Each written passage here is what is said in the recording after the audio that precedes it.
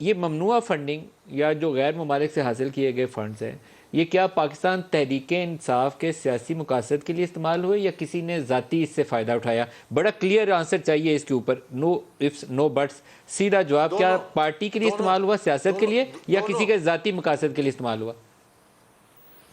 دونوں کے لیے، دونوں اس میں there is enough evidence کہ اور پتہ ذاتی چلتا کس ہے نے کہ استعمال کیا؟ دیکھیے میں آپ کو ایک سمپل میں آپ کو سمپل مثال دیتا ہوں ملک صاحب. دونوں آپ نے کہا تو دونوں ذاتی کس نے استعمال کیا؟ نام کس نے ذاتی استعمال کیا؟ میں آپ کو بتا رہا ہوں. دیکھیں فائنانس بورڈ جو ہے الٹیمیٹلی تو اس کی رسپانسبلٹی ہے. کیش چیکس کون سائن کر کے لے کے جاتا تھا ملازمین کے اور پیسے لیتا تھا؟ دوسری بات، پی ٹی آئی کے چیئرمین عمران خان خود 2 اکاؤنٹس کھولتے ہیں اپنے ریٹن ریکویسٹ پہ. حبیب بینک کے 2 اکاؤنٹ سیوک سینٹر میں اور دوسری جگہ ایک فارن ایکسچینج اکاؤنٹ ایک دوسرا اکاؤنٹ، اور یہ ڈاکیومنٹڈ ہے اس فیصلے میں.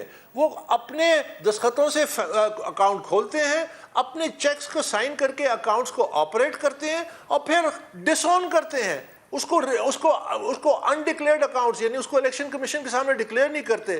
تو پھر اس سے زیادہ سر پرسنل بینیفیشری کون تھا؟ پرسنل بینیفیشری کون تھا؟